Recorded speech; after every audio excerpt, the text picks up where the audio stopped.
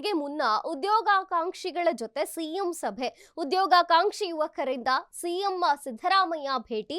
Cabinet ಇನ್ನೇನ್ ಆಗಬೇಕು ಅದಕ್ಕಿಂತ ಪೂರ್ವದಲ್ಲೇ ಈಗ ಉದ್ಯೋಗಾಕಾಂಕ್ಷಿಗಳ ಸಭೆ ಜೊತೆಗೆ ಸಿಎಂ ಸಭೆಯನ್ನ ಕರೆದು ಮಾತನಾಡುವಂತದ್ದು.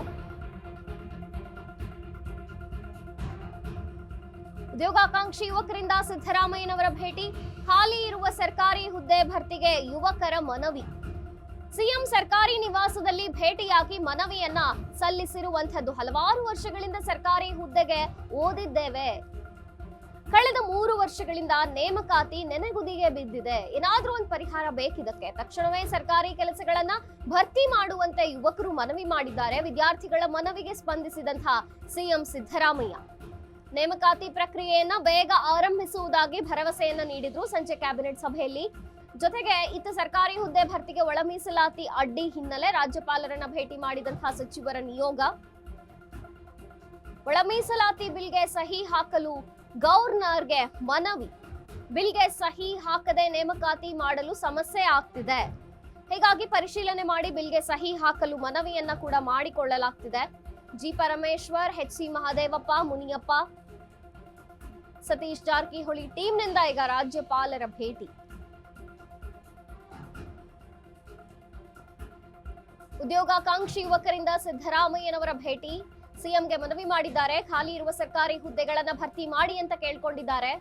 ಸಿಎಂ ಸರ್ಕಾರಿ ನಿವಾಸದಲ್ಲಿ ಭೇಟಿಯಾಗಿ ಮನವಿಯನ್ನ ಕೂಡ ಸಲ್ಲಿಸಲಾಗಿದೆ.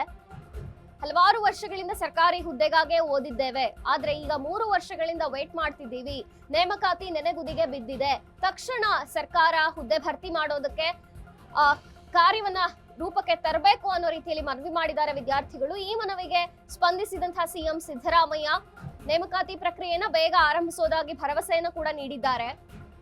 ಸಂಜೆ ಕ್ಯಾಬಿನೆಟ್ ಸಭೆಯಲ್ಲಿ ಮಹತ್ವದ ನಿರ್ಣಯವನ್ನು ತೆಗೆದುಕೊಳ್ಳುವಂತಹ ಸಾಧ್ಯತೆ ಇದೆ.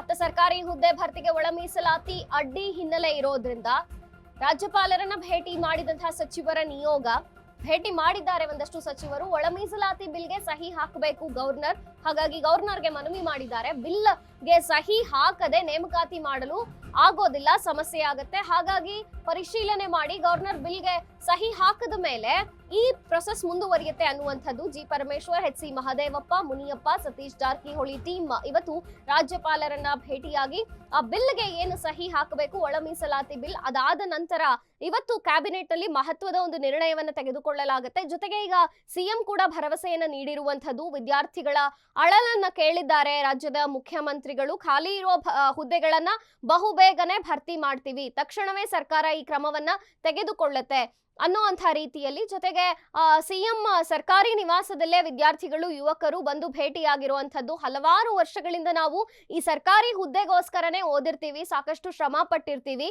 ಇಷ್ಟು ವರ್ಷ ವೇಟ್ ಮಾಡಿದ್ದೀವಿ, ಆಲ್ಮೋಸ್ಟ್ 3 ವರ್ಷ ಕಾದಿದ್ದೀವಿ, ಇನ್ನೂ ನೆನೆಗುದಿಗೆ ಬಿದ್ರೆ ಬಹಳನೇ ಕಷ್ಟವಾಗುತ್ತೆ.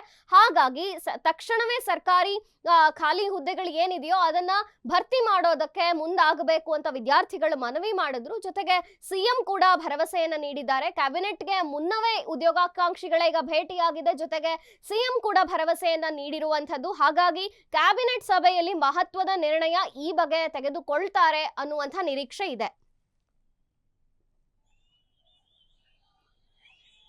ಬಹಳ ದೊಡ್ಡ ಮಟ್ಟದಲ್ಲಿ ಮೊನ್ನೆ ಧಾರವಾಡದಲ್ಲಿ ವಿದ್ಯಾರ್ಥಿಗಳ ಪ್ರೊಟೆಸ್ಟ್ ನಡೀತು. ಇಷ್ಟು ವರ್ಷದಿಂದ ಸರ್ಕಾರಿ ಹುದ್ದೆ ಖಾಲಿ ಇದ್ರೂ ಕೂಡ ಯಾಕೆ ಭರ್ತಿ ಆಗಿಲ್ಲ, ನೆನೆಗುದಿಗೆ ಬಿದ್ದಿದೆ, ಯಾವ್ದಾದ್ರು ಒಂದು ಡಿಸಿಷನ್ ಅನ್ನ ತಗೊಳ್ಳಿ, ಸರ್ಕಾರಿ ಹುದ್ದೆ ಖಾಲಿ ಇಟ್ಕೊಂಡು ಕೂಡ ಭರ್ತಿ ಮಾಡಲ್ಲ ಅಂತಿರೋದಕ್ಕೆ ಕಾರಣ ಏನು? ನಾವು ಕಷ್ಟಪಟ್ಟು ಓದಿರ್ತೀವಿ, ಇಷ್ಟು ಅಂಕಗಳನ್ನ ಪಡೆದು ಸರ್ಕಾರಿ ಹುದ್ದೆನೇ ಬೇಕು ಅಂತ ಪ್ರಯತ್ನ ಪಟ್ಟಿರ್ತೀವಿ, ಇಷ್ಟಿದ್ರೂ ಕೂಡ 3 ವರ್ಷಗಳಿಂದ ಒಂದೇ ಒಂದು ಹುದ್ದೆ ಕೂಡ ಭರ್ತಿ ಆಗಿಲ್ಲ. ಆದ್ರೆ ಸುಮಾರು 1,00,000ಕ್ಕೂ ಹೆಚ್ಚು ಹುದ್ದೆಗಳು ಖಾಲಿ ಇರುವಂತದ್ದು ಸರ್ಕಾರಿ ಹುದ್ದೆಗಳು. ಹಾಗಾಗಿ ಇದನ್ನ ತಕ್ಷಣವೇ ಪರಿಹರಿಸಿ ಅಂತ ವಿದ್ಯಾರ್ಥಿಗಳು ಮನವಿ ಮಾಡಿದ್ರು ಮೊನ್ನೆ ಕೂಡ. ಇವತ್ತು ಕೂಡ ಸಿಎಂ ಭೇಟಿ ಮಾಡಿ ಮನವಿ ಮಾಡಿದ್ದಾರೆ ಯುವಕರು.